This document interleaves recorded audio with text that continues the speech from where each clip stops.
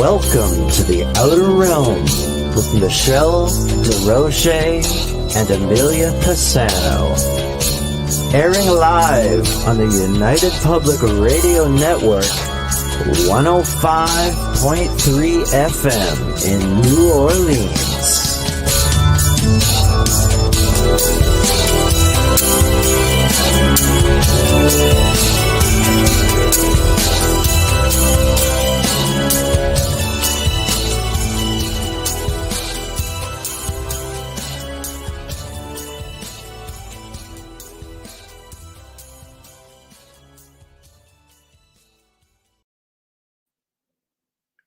Good evening, everyone. Welcome to the special edition segment of the Outer Realm.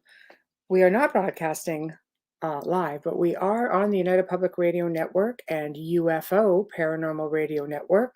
And of course, we're fully supported by Folgers Coffee. And when you watch this segment, it will be on Roku. So please make a point of venturing out to Roku. So big thank you to Folgers Coffee for sponsoring yet another segment of the Outer Realm. Big thank you to Dr. Snick, the Sonic Surgeon, for his intro and his outro.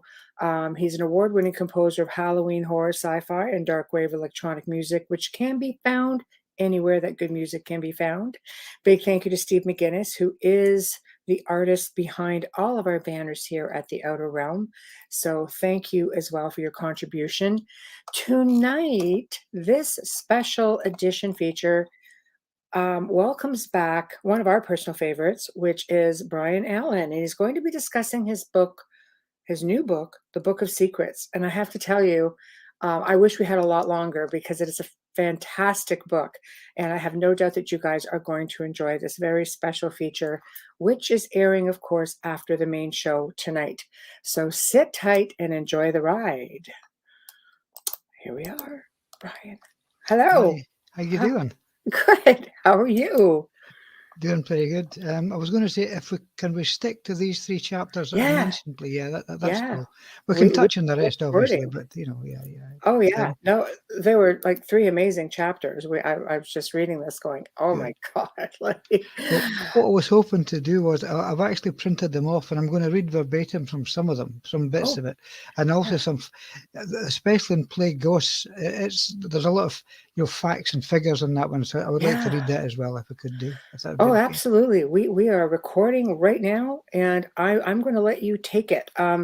Basically, we'll start from, I have to say, the Collins Elite, the whole extraterrestrial hypothesis.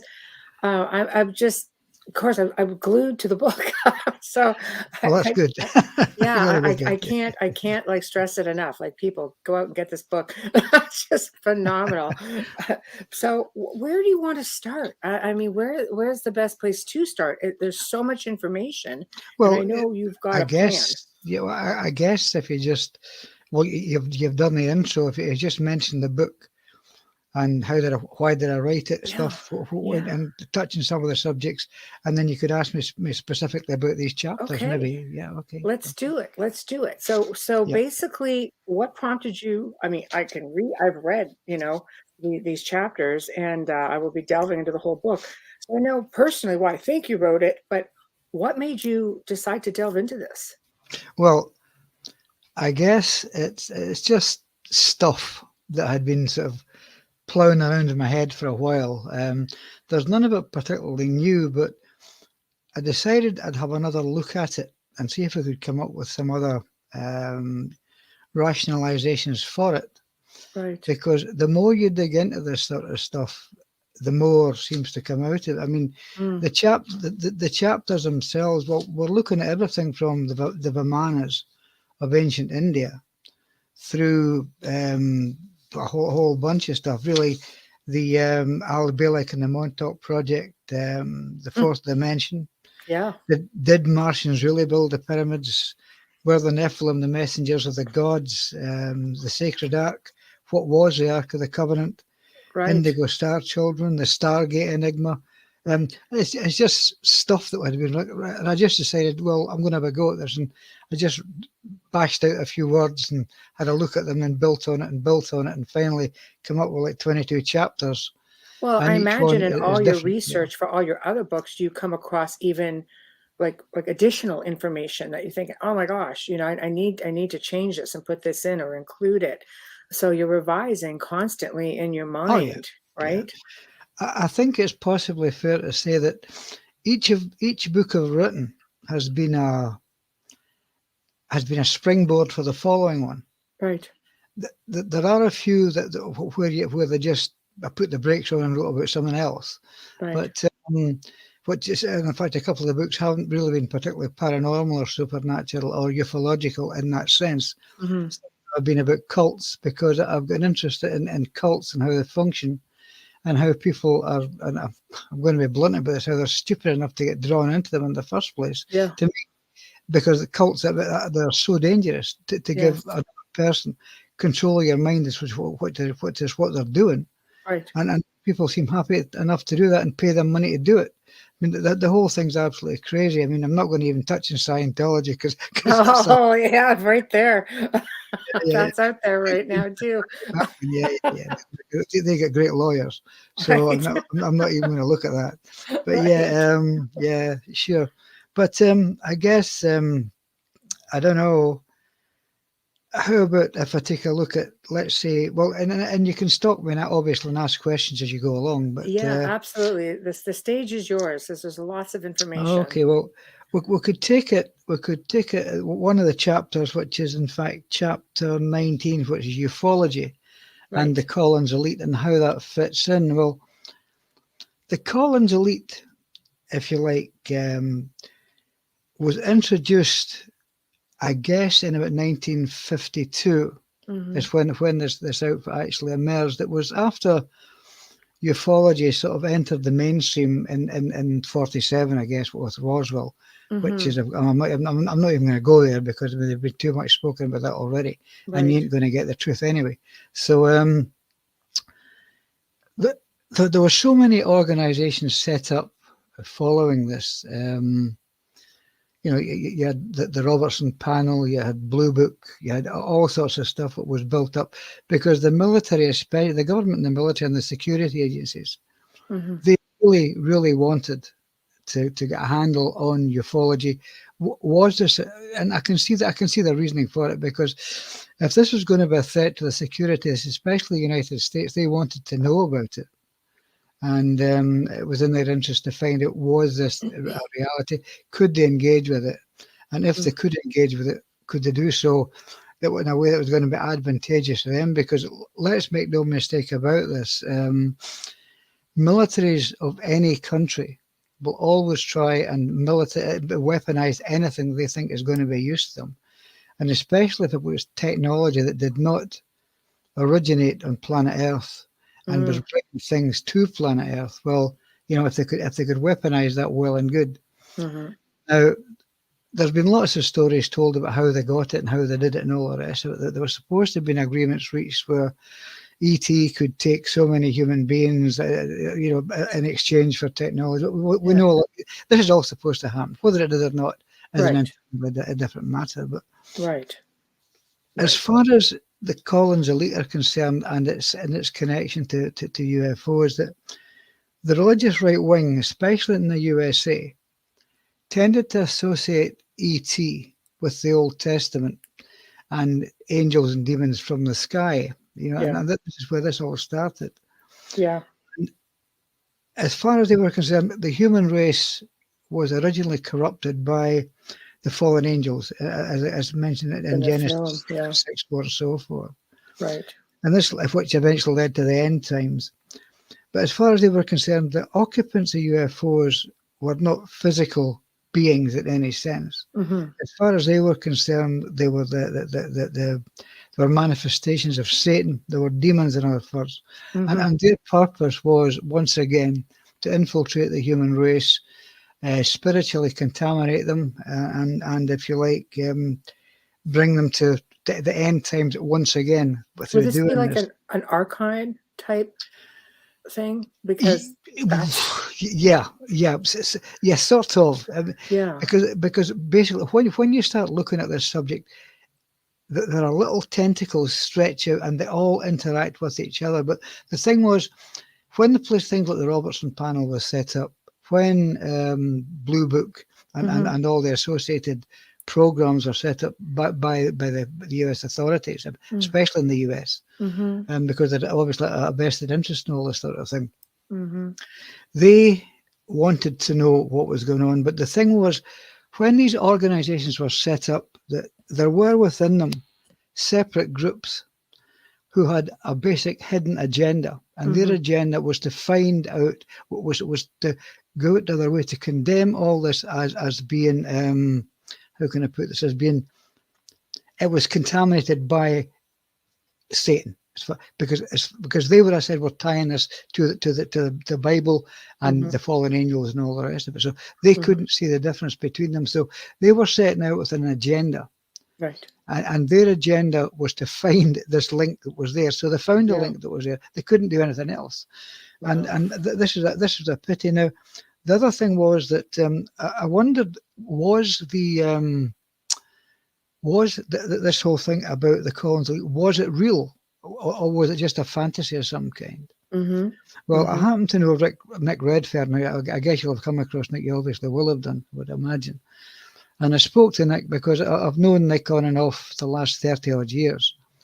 A couple of times, we're not so intimate friends, but I know him and he knows me. Right. And Nick did. I can't remember.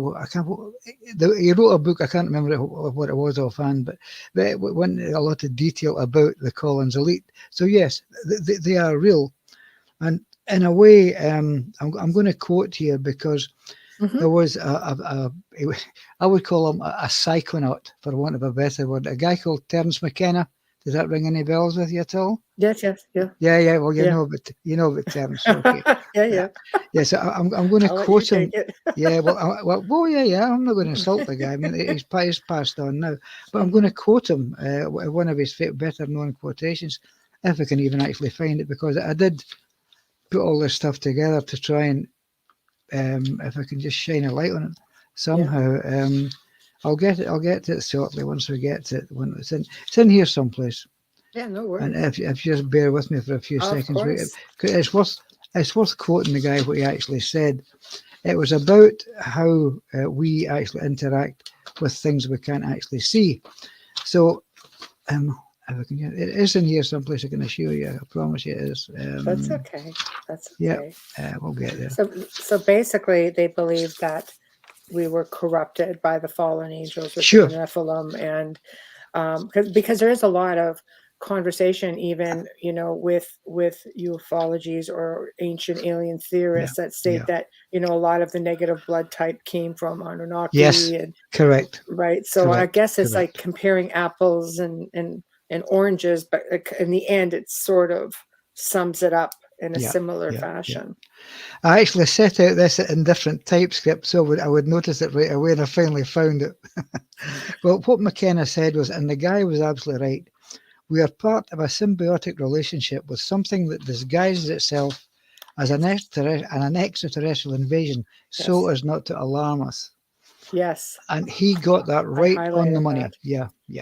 He is right on the money with that, because this is exactly what we are dealing with, because these things, well, how can I put this? It goes without saying that we are visited by UFOs. I'll call them UFOs. I won't say UAPs because not everybody knows what UAP is, but so we'll just call them UFOs. Sure, extraterrestrial spacecraft. Okay. Right. There is no doubt in my mind that we are and have been visited these things since the word go. Okay. Right. Since the start of time itself. In fact, it kind of segs into the last book I wrote with Barry Fitzgerald, The Receptions of Gods and Men. It's the same sort of thing. But there is no doubt about it that these things have been with us since the beginning of time. But it's where they came from has always been the puzzle for me, because once we understand where they came from, then I think that helps to demystify the whole thing. Now, as far as I'm concerned, ET does not come from other galaxies, doesn't come from other star systems, it doesn't come from other planets even. These things come from another dimension. I'm sure they're dimensional beings, and I'm sure that what they fly about in are interdimensional craft. I'm sure of this, I'm convinced of it.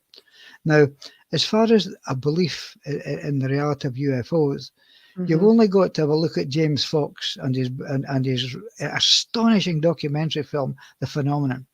And if any of your listeners or viewers, I guess, if any of them can get a hold of this documentary, I would advise them to watch it, because this guy has taken the subject and he's looked at it with a very calm, a very rational eye.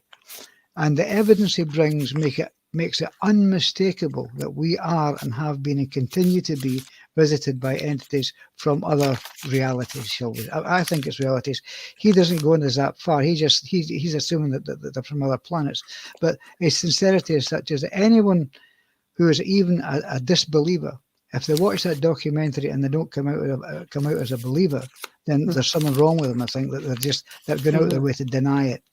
But as far and as what's the name of the documentary again? it's just called The Phenomenon. The Phenomenon. Oh, yeah. Okay, guys, The Phenomenon. Okay, I'll make sure I put that in. Yeah. Do that, and if you've never seen it, Michelle, have a look at this thing. And it's by James Fox is the name of the guy. I've met him a couple of times. He's a hell of a nice, really an exceptionally nice guy. I'm sure I've seen it. Yeah. The other documentary he did was about the sighting at Virginia. Mm-hmm. Yeah, I think in South America somewhere. His other documentary is about that. Now, again, absolutely first class, but not a patch on The Phenomenon. I think that is the best documentary of that kind I have ever seen anywhere. Absolutely outstanding. But anyway, get back to the Collins Elite. Yes. The Collins Elite, as I said, they were set up deliberately and planted within these investigative organizations with an agenda. But the agenda seems to be even greater than just trying to discover that these things are not extraterrestrial, but they're demonic, and they're set out there to sort of, if you like, bring the human race to perdition. That they have their other agenda, and this appears to be the New World Order to me. They want everyone to have a centralized government, and the whole planet, to be driven by the centralized government, and its aim is to destroy these demonic UFOs or the demons that are inside them. Mm-hmm. But I don't think they've been successful, because so far, we think they haven't been successful. We don't know, quite frankly, and we don't really know if we're not all getting organised by a one world government, because behind the scenes that could be going on. Goodness only knows. Exactly. Yeah. I think it's pretty rampant. You have a lot of different things that are very blatantly being thrown out into the public now, stuff that would have been kept very quiet. It just seems that the agenda is changing. The only, as it stands just now, we've got the appalling, the disgraceful situation in Ukraine. Goodness knows what's intended to come out of that. But it seems, I'm not wanting to alarm anybody, but it seems as though NATO is starting to just dig its heels in a little bit and just sort of waving its fist back at Vladimir Putin for what he's saying. That NATO is saying, bring it on, more or less, because we're ready. We're ready. But but the only problem there is, I think that would turn nuclear very quickly. And that again, that's it all. That's the ball, as I say, on the slates. That's it done. Mm-hmm. We're all dead. So, but anyway. Yeah. Well, that would be detrimental to everyone, I think, at this stage. I tend to be considered, or more concerned as well about like spiritual warfare. Because everything we're going through, like what we're talking about right now, even, it's just like people are being influenced, and you have a lot of people who are moving towards a lot of new age things. And now this is a good thing. People are open-minded. I'm happy for that. But when I was 14 years old, a friend of my aunt's was a priest, and he was very unusual. He was a young priest. And he said, what I learned in seminary? I'm like, what? He said, because he happened to be visiting. Well, I was visiting my aunt. He goes, the day is going to come where, and he spoke of a last pope. And he said, heaven will arise, or hell will arise, heaven will descend, and there will be a great battle. He goes, people are going to get fooled. They're going to believe in a lot of new age things. They're Mm-hmm. going to believe, they're going to try to stray away, from their faith. And he Mm-hmm. was really, really passionate and adamant about this. Mm-hmm. And I thought, oh, I'll never see that in my lifetime. I think I'm seeing that in my lifetime. Yeah. Brian, I think Yeah. this might be a thing. The strange thing, Michelle, is that I'm actually quoting that in the book. That actually appears in the book, what you've just said. Oh, really? Yeah, Oh, my yeah. God. Yes, And here's this priest who said it back like 40 years ago. Yeah, I'm 40 aging years myself. ago. But I'm just going to quote a little bit here Yes. regarding, the Collins elite. Okay. One of the papers purportedly coming from this group was entitled Deception of UFOs, What We Believe and Why. Mm-hmm. And emerged in 1998. And in it, there is a distillation of their findings since their inception in 1952, which is, as I said, when they first appeared. Mm-hmm. What it basically says is that the Earth is being prepared for Armageddon, and that human beings are little more than containers for souls that can be harvested in the service of Satan.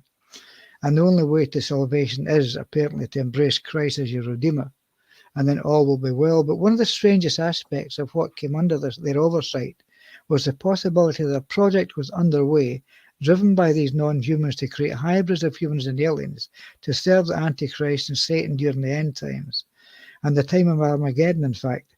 Because never forget that the fundamentalist Christians believe that this, along with the rapture, is literally true. And because when I first heard about the rapture, it's not all that long ago, in real terms, about 10 years ago, I came across the rapture, and I thought, what? I just shake Sounds my like head. the missing 411. Just about getting there, yeah. But the thing is that so the rapture kind of will happen. Even the ultra rational realm of science has its fair share of these right wing Christian believers. Right. So I don't know how to balance the hard science with this particular strain of religion that they're actually coming from, but I hope that none of your people who watch the show are going to be upset by all this. But this is just how I see it, and I'm just not going to call it any other way because that's how I see it, and that's based on, I guess, having looked at it. I've been in this. I think we discussed this one of the last time you were on your show. Okay. I've been involved in this since I was about 2.5 years old, when I had my first encounter. Right. And I've had various encounters throughout my life. I've never sought them. They just happened. They were just there, and but initially I was a bit concerned about it. Now I just let it wash over me, and I just say, well, thanks. Yeah, I'll see you again sometime, and they always turn up again. Yeah. So I have had these encounters all my life, and so I'm well aware of what can happen in the background and in the foreground. Stuff you're aware of and stuff you're not aware of. And you're just better to let it wash over you, because if you try and fight it, it's just going to crush you. Simple as that, Well, it's better to be aware and educated. People do like to go through life blindly, though. Safe. Well, to some extent you can, but you've got to, I think, can use the same. You've got to cover your ass, sort of thing. That you can't entirely go blindly through this, and you've got to set up some safeguards, because some of the people I've met, because of the interests I have, that some of their beliefs, I just will not, I just can't buy it. I just cannot buy it. Simple as that. And I will argue the case with them, because once you go down that road, things that are blatantly impossible, you've got to accept that they're possible. Right. And I suppose at some level they are. It just depends what you regard as reality, because reality, I suppose, it is malleable depending on your own beliefs. And how many realities? And as you, how many realities? But what I'm going to do now is move on to chapter 20, which is Plague Ghosts. Mm-hmm. And basically, we all know about the horrors of plagues, both ancient and modern, and how they were dealt with in various places, and how they were dealt with what was markedly different, especially in relation to what happened to the bodies of those who unfortunately died during the plagues. Because the most recent plague that we suffered, because the Black Death, that doesn't involve the USA, because that was long before. This is the a USA worldwide plague. Yeah, of course it was. But plus the fact it was back in the 1500s. Right. But we'll just look at the COVID-19 pandemic, which was bad enough. And the thing was that especially. I'm going to stick with the US. I'll move on to my own country, Scotland, a little later on. But and I've been to that location, so yes. Yeah. Okay. Yeah. Well, initially in the US, especially in the city of New York, which is one of your biggest city, that when people died, if there was no one to claim the remains or they couldn't afford the cost of a funeral, the corpses still needed to be interred, which is the way it was. And this was usually done as cheaply as possible. And you've heard the term Potter's Field? Yes, that's right. Yeah. Okay. There was a sort of communal Potter's Field where the dead would be interred. And there were places where cemeteries for the poor or the homeless. In the case of New York City, this is in fact a place called Hart Island. I don't know if you've come across Hart Island at all. Yes, I'm familiar with it. Yes, yeah.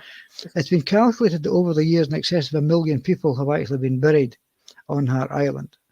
And most of them now in mass graves because of the sheer volume of bodies. In fact, there are so many corpses that gradually the bones find their way and percolate to the surface. And I've actually seen this. I've actually seen this for myself in another location I'm going to touch on in a few minutes in Scotland here.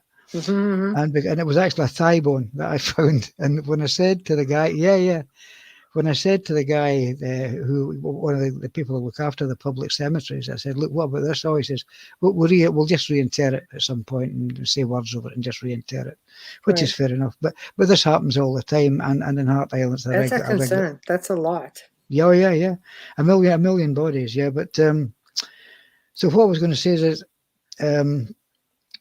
this. It's a relatively common occurrence where a vast number of burials have taken in the same area, that these bones will in fact come to the surface. But Hart Island is located at the western end of Long Island Sound in the northeastern Bronx in New York City, and it was originally purchased from the Native Americans in 1645 by an English physician called Thomas Pell, whose name became immortalized in the Pelham Islands archipelago.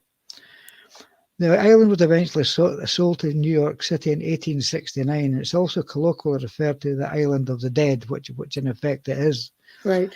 And in the due course, and a rather creepy and unsettling film called The Island of the Dead was actually filmed there because they couldn't ask for a better setting, because that's exactly what it is. Right.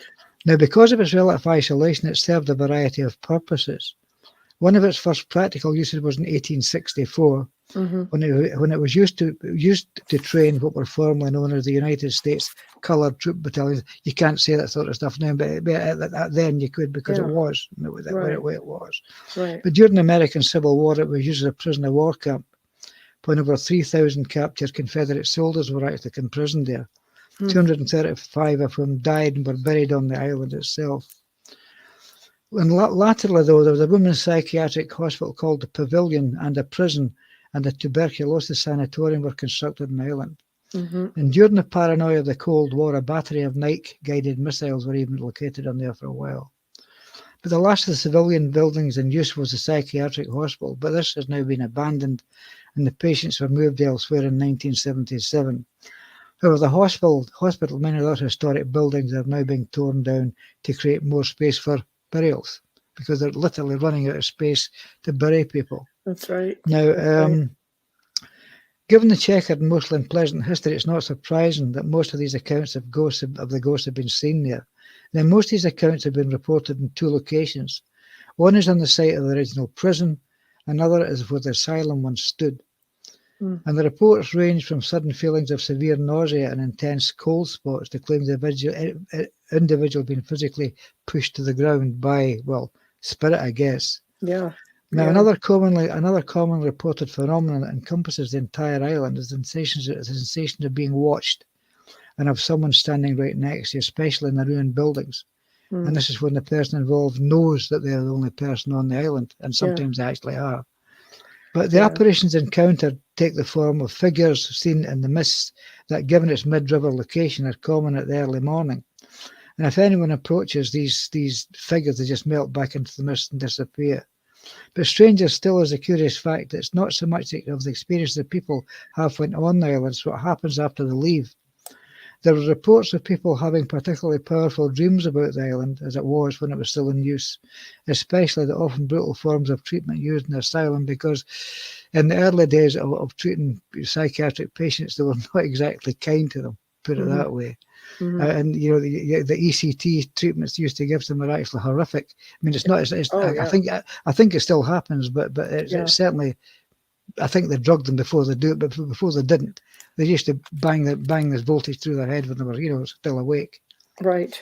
But the island itself is notoriously haunted, and given the number of bodies that were buried there, it's hardly surprising. But the reason I mentioned the bone, and I mentioned finding this bone, it was actually it's at the location of Greyfriars Churchyard in Edinburgh, which dates from around 1621. And the cemetery contains the last remains of victims of the many assorted diseases that ravaged overcrowded and frequently filthy towns and cities in the British Isles, and Edinburgh was no exception. But as with Hart Island, Greyfriars and the adjoining Covenanters prison contain more bodies than they were originally designed for. And again, like Hart Island, the bones of the deceased often gradually percolate to the surface. And the paranormal activity reported in Greyfriars, and I've actually been there and investigated this for myself, is not a recent event, because the church has been the scene of various kinds of psychic phenomena over several centuries, and some of them witnessed by more than one person. Now, I mentioned the Covenanters prison. Well, it gives a slightly misleading picture of the area that conjures up the impression of a vast, gloomy building. It's not. It isn't. In fact, if any of your viewers want to Google Covenanters Prison, Edinburgh, it will actually show you this. It's actually a length. It's an open length of ground. It's maybe 100 meters long, maybe 20 meters wide, and it's lined with mausoleums down both sides of it and along the bottom. It's fascinating. Yeah, You've seen it? I've been. Oh, okay. They threw me in the Mackenzie crypt, and I was waiting for something to happen. They were trying to scare me. I'm like, wrong person. Wrong person to scare. I'm here for the thrill, believe me. But I know it. Yeah. I found the history to be so sad, and the fact that they would take bones from many of these people that you're speaking of within the Royal Mile, and they would put it in with mortar. They're in the buildings. The bones are in these old buildings. Sure. So like the recycling, I guess. But it's such a sad thing when you walk through it and you realize just how old it is and the sadness behind it all. It's very heavy. You feel it, and the constant presence that you speak of, is definitely present. Like you feel it when you go in there. And of course, some people are still having issues with the Mackenzie poltergeist. Well, okay. We did the last investigation I did in there would be in the 1990s. It was well more than 20 odd years ago. Right. And in fact, I've given up all that kind of stuff. I just don't do it anymore because this sounds terribly blasé to say it, but it's same old. I say it all the time. Yes. Because you often found when you were going to people's houses, to try and help them, you had to act as a sort of therapist while you were there to try and calm them down, basically. And you did. Because most of the time there was nothing there. It was their imagination. And I can say this and put my hand in my heart when I'm saying it, is that I have some skill as an exorcist that I've cleared buildings and that I've cleared houses. And you don't have any particular skill to do it. All you got to do is really mean it. You got to really mean it, because I go in there and I curse and swear and do all sorts of stuff, and I tell them to get out of this place. You don't belong here. And 99 times out of 100, they'll go. Sometimes they won't, but most times they will go, because they need you. They need us to be here. We don't need them. That's right. As simple as that. That's right. Anyhow, the whole thing about the Covenanters prison was they were the Scots Presbyterians who rejected the various religious changes imposed by King Charles I of England. We've now got a King Charles III, as you probably know. That's right. But not in Scotland, because the Scots all reject it. That's right. Scotland's its own place with its own attitude. I love it. I love Scotland. But that's another story. But These changes were intended to impose the English Episcopalian view of the Christian faith and the various changes in the practices within the Scottish Protestant Church, which was fervently anti-Catholic and extremely suspicious of the Anglican faith anyway, which it saw as being roughly Catholic in how it was organised. But this resulted in the bishops' wars, and the whole thing just went on, and they just went fighting and battling all the rest of it. But I'm kind of drifting off the subject now. But basically, what I'm actually saying is that, like Hart Island, with the million bodies that they think have been buried there, and the bones all coming to the surface, and the hauntings. Right. The thing is that the Greyfriars Churchyard in Edinburgh is exactly the same, and that is why you get bones coming to the surface, because it was designed for, just say for a number, it was designed for, say, 10,000 corpses, Right. and there's nearly 500,000, I think, buried there, and as many as that, and that is because they're literally buried one on top of the other, and the bones just come to the surface. But and don't you expect that in Europe because it's so old? You know, they build over top. Yeah. We're not used to that on this side of the world. Mm-hmm. Well, I guess it eventually will do, because we know that we can see it in cemeteries. You know, when we visit the graves of my parents, my wife's parents, and stuff. You can see that gradually the cemeteries are getting bigger and bigger and bigger as they just need more ground. As simple as that, because people don't stop dying and they got to be buried. As indeed we both will be at some point, I guess. But even cremation is hard. I mean, look at Pavaglia Island. Everybody's cremated, and the whole island is, you step, many parts of the island, and it's spongy. Really? Oh yeah. Oh my God. Oh my goodness. There's one you need to research. It's crazy. I tried to they don't let people go there anymore. I tried to send my daughter when she was in Florence, and I said, okay, you're going to go to Pavaglia Island. I'll pay for the boat. She goes, we're not allowed to go there. Okay. Yeah. Okay. I just left it there, and she didn't end up going. I mean, a lot of the locals won't go there. It's so haunted. I'm not surprised. Yeah. But that was the plague. That's of the time, But it's fascinating. It's fascinating. Well, I think if we could move on now to the other chapter, let's do that. I've been waiting for this one. the Vatican Secret Archives. Okay, right. This is another one that I was fascinated by, because I'd obviously heard, as I said, I was born Catholic, and I went to the church and stuff. Yeah. But you hear about the Vatican and what's supposed to happen there. Well, is there a secret archive? You got to. Is there? Yes, there is, and it is real.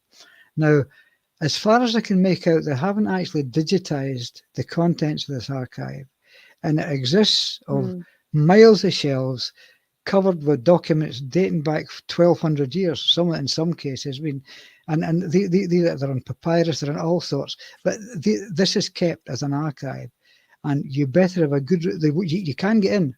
You can get access to the secret archive, but you've got to say exactly what you're looking for. And you've got to tell them precisely why you want in there to get there, to actually have a look at this for yourself. And you're never alone for a moment when you're in there. And it's not done by cameras either. Somebody is with you, and they follow you down like a dog. They follow you all around that place, and they will sit and watch what you're doing. They'll watch. You're not allowed to photograph the material. You're given a pair of gloves, like white gloves. And if you open the documentation up, it's all done with gloves. You can make notes by all means, but you can't take photographs of stuff. Now, some of the stuff that's in there, it ranges. I guess it's from almost like grocery bills to everything. But I think the biggest fear is that there's some stuff in the Vatican that could bring down the Christian faith altogether. I could totally see that. Absolutely. Of course, but some of the stuff that's supposed to be in there, for example, are the bones of St. Peter, because, as you probably know, that the actual St. Peter was the person on whom Christ decided, I'll build my church on you. You're the man that's going to do it. Right. So the secret archive, it's actually now known as the Vatican Apostolic Archive. It holds records, documents, and contracts held and passed down between each pope. In 1800s, Pope Paul V ordered the items stored in the Vatican Library to be transferred to a separate collection to increase security. And I say the contents date back over 1,200 years. It is thought that the cross that Christ died on is even in there. Even the Holy Grail, the Ark of the Covenant, Noah's Ark, you name it, they're all supposed to be hidden away in the archive. It's Noah's rather Ark like, would be a stretch. I would say, That's a big one. yeah, absolutely. Because when you think about it, Rosslyn Chapel, the vaults in Rosslyn Chapel are supposed to hold all their stuff as well. They don't. Well, maybe they do. Who knows? I we'll keep know. the I mystery love going. it. But, I love a good mystery. Yep. But like I say, the third secret of Fatima, the real third secret of Fatima, is also supposed to be in there, because the one, I think it was in the 1990s, one of the popes, he said that he read out, this is the third secret of Fatima, but there's thought that the what is discussed in the third secret is so dire that it's never been actually revealed, and the third secret is still in there. But like I say, that the remains, the human remains were actually found below the Vatican in the 1940s, and these were assumed to be the bones of St. Peter, if you like. But because that was where Nero's Colosseum was. That's that's precisely. Yeah. He was martyred there. He was martyred in the Colosseum. That's absolutely right. Oh, okay. But they were not publicly displayed until 2013 under the authority of Pope Francis. The public actually got to know about them. In fact, the Pope Francis has prayed over the remains. There were 9 fragments of bone, in point of fact, which were displayed in a bronze display case beside the altar during a mass, which is held to celebrate a lengthy recognition of the Christian faith. That said, since Peter was the first pope, which in fact he was, it's possible that after his death he was interred in a known location, so that these remains might have been his. But there is no absolute proof, and DNA testing assumed it could be obtained from relics that old. Because how can you really DNA? I mean, how do you? You can't. They say the same thing with the skull of Mary Magdalene. That's right. How do you know? Well, you can't know, because there's nothing to get the original sample off. That's right. Precisely. Other things that are supposed to be there. There's one called the Chronovisor. Now, Well, the Chronovisor, if it exists, it's got to be pretty good. But I think it was a Father Emeti. He was a physicist, I think. He's supposed to come up with this thing. And if any of yours, if you Google Chronovisor, it's fascinating. It's a thing that looks like an old TV set sitting on a pedestal, basically. Yeah. And this is supposed to see into the future, and and the past. And in fact, the priests or the people that were using it are supposed to have actually viewed the crucifixion of Christ, way, 2,000 odd year ago. Yeah. Although I tend to doubt it very much, whether that thing actually ever existed. It's a whole movement right now, though. Oh yeah. The Guardians of the Looking Glass. Now it's called the Looking Glass phenomenon, and apparently there are other Chronovisor type devices, and because they believe that this thing has fallen into the wrong hands, there's this organization that built one, and because it's a relatively new device, I mean, on the grand scheme of time, and they basically they'll go in and have a look and say, this is what's going to happen, this and these people are doing this, the elite, shall we say. And there's a whole bloody movement. So I don't know. Well, we'll categorize that one as unknown. Indeed. Again, this is supposed to be there, but there's also evidence for aliens supposedly there, and oddly enough, Satan is supposed to be interred in the Vatican Archives, or he's either trapped there, imprisoned there, or his corpse is there, or something. But Satan is supposed to be there. Also, there's supposed to be stacks of grimoires, spell books. Yeah, especially there's one in particular called the Grimoire of Pope Honorius III, which is supposed to be the most evil book ever written because of the kind of spells it contains. In fact, anybody that wants to see that doesn't get to see it, because apparently this book is so manifestly evil that it's just too much hassle to even move it, because spells have got to be said, prayers have got to be said, litanies have got to be read out to actually protect whoever's going to use this thing or even touch it. So I think when it was put under lock and key, it's been left under lock and key, and it's never been touched since. But the book it's called the Book of Pope Honorius III, and or the grimoire of Pope Honorius III, and it's well worth your viewers googling that and having a look if they're interested. But it's the theory behind it that, like, as to why it was written that fascinates me. The fact that they felt as though priests, had a degree of connections with, obviously with God, with angels, and they felt that this would be a way for them to control demons. It sounds a bit like the Solomon story. Yeah, well, what you're saying is, again, I mentioned this in the book. Yeah. It just shows you that it was thought that if priests could contact angels and contact the good side, they could also go to the dark side and control that, which is why. But there again, Pope Honorius, he gathered all these spells, I guess, just to prove a point that they were all here and they were in this book, but he could control all that. But although I think he was taking a big risk if he even thought that. But right. It's also, as regards evidence of aliens, it's also thought that, and again in the Vatican Archive, you've got the classic alien mummy skulls, the extended skulls, they're thought to be there as well. But these are just some of the things, bits and pieces that are supposed to be hidden in the archive. So, but the truth is, it's real or it's not real. It depends if you believe it. Is there stuff that's really important hidden away in the archive? Absolutely there is. But I think it's probably more political than any of this way out stuff that's actually said. Although who knows? Maybe they have. We wouldn't know, because it's also known that the Vatican's got a couple of pretty heavy-duty observatories, and Look at Lucifer. That's the observatory in the United States. Apparently, it's just like they do a lot of amazing research there. Oh yeah. Well, because they've obviously got an interest in what's above. But there again, this gets into the sort of argument: heavens above and hell's below. Right. But yeah.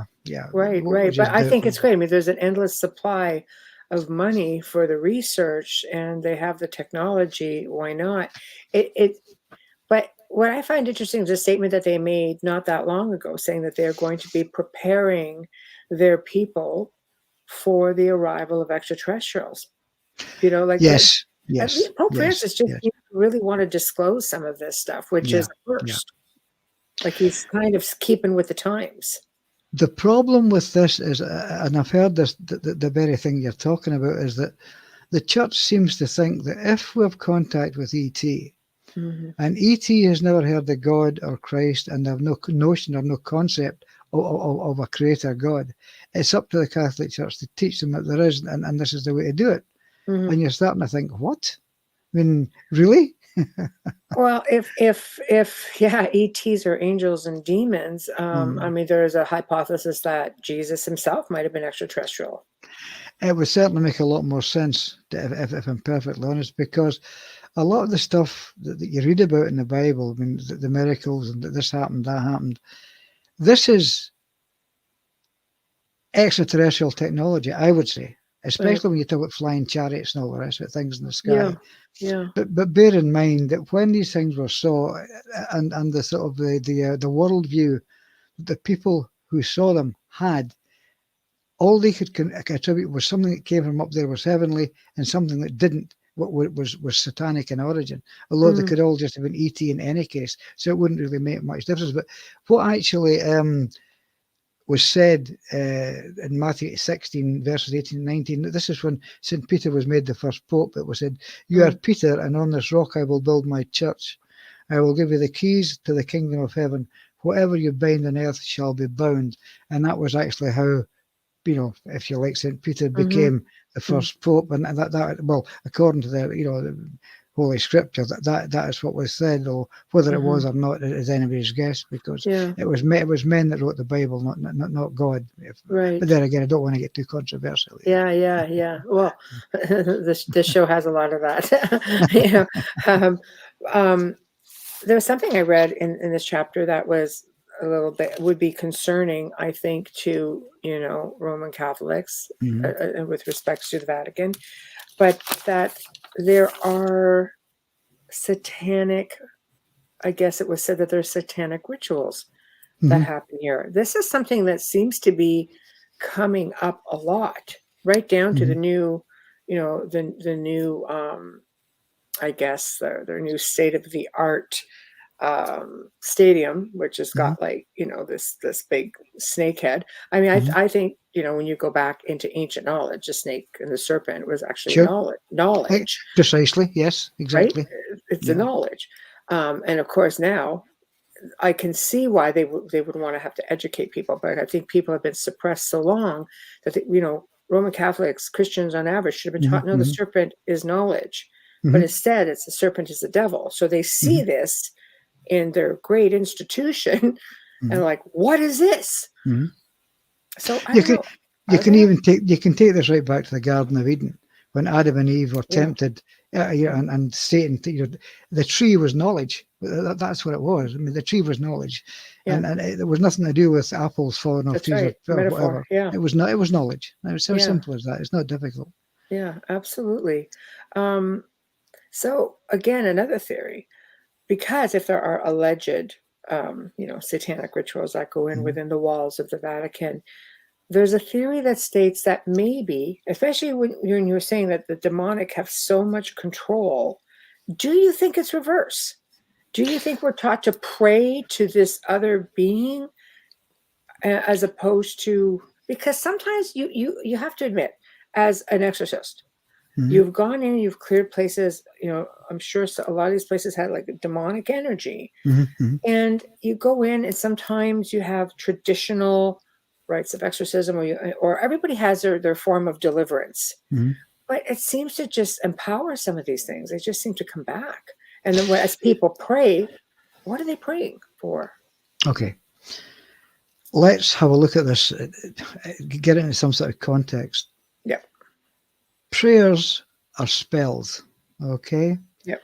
And especially when the Catholic Church, and again, I mean no disrespect here, but when the priest is on the altar and he's praying, and during transubstantiation, he's bringing Christ down to the altar, or bringing God to the altar, where he is when he's saying these prayers and carrying out these rituals. Right. But this is magic by any other name, because religion is magic, prayers are magic. If you pray for healing, which people do, that is a magic spell, if you want to put that. But anything where you're trying to change reality or edit reality, but by wishing it to happen, that's a prayer. It's true, and it's a spell. It's true. People just will not and do not want to see it that way, because people get offended. If you put out a candle, they say, "Well, this is witchcraft." I don't know. They put candles in the church. That's not witchcraft. You like candles, right? For different rituals, like baptism, and, communion and things like that. Like it's a representation. So you're right. There seem to be a lot of double standards, I think, with society with respects to how they see things. I mean, I'll say the Catholics have it together when it comes to exorcism in many forms. It's a say what you mean what you say, follow through, and they'll go in there and hand them their own rear end. but in some respects, a lot of exorcists have really taken the brunt as well. It's a difficult thing to do. As you say, sometimes it's better to stay under the radar and not put yourself right in the front, Well, this just shows you, we've basically just talked about 3 chapters of this book. Yeah, it's a fascinating. Well, all I can say is, because I think we're just on for an hour, is that right, Michelle? Oh, yeah, that's it. Yeah, that's cool, that's fine. Well, it's just that if anybody's interested to get this, the book is called Book of Secrets, Aliens, Ghosts, and Ancient Mysteries.